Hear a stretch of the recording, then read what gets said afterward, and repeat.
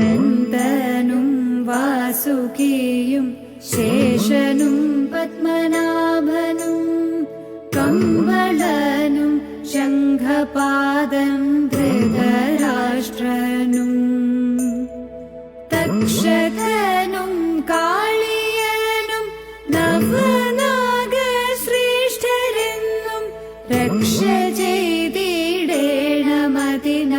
കൈകൾ കൂപ്പുന്നേ. രക്ഷ ചെയ്തിടേണമതിനായി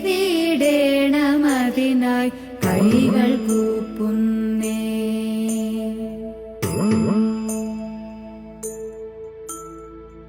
അറിയാതെ ചെയ്തു പോയി ഞാൻ അനേകം പാപങ്ങൾ